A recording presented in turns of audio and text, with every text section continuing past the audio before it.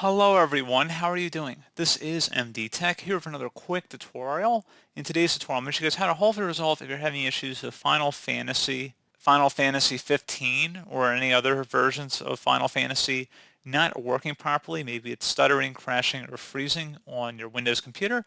So I'm going to show you guys how to hopefully resolve that without too much of a hassle, and we're going to go ahead and jump straight into it. So go ahead into your Steam library and right click on the game and select where it says Properties. Select the local files option on the left side, and then select where it says verify integrity of game files. And then once that's done, close out of here. And then I would recommend restarting your computer, and then hopefully the issue has been resolved. So as always, thank you guys for watching this brief tutorial. I do hope I was able to help you out, and I do look forward to catching you all in the next tutorial. Goodbye.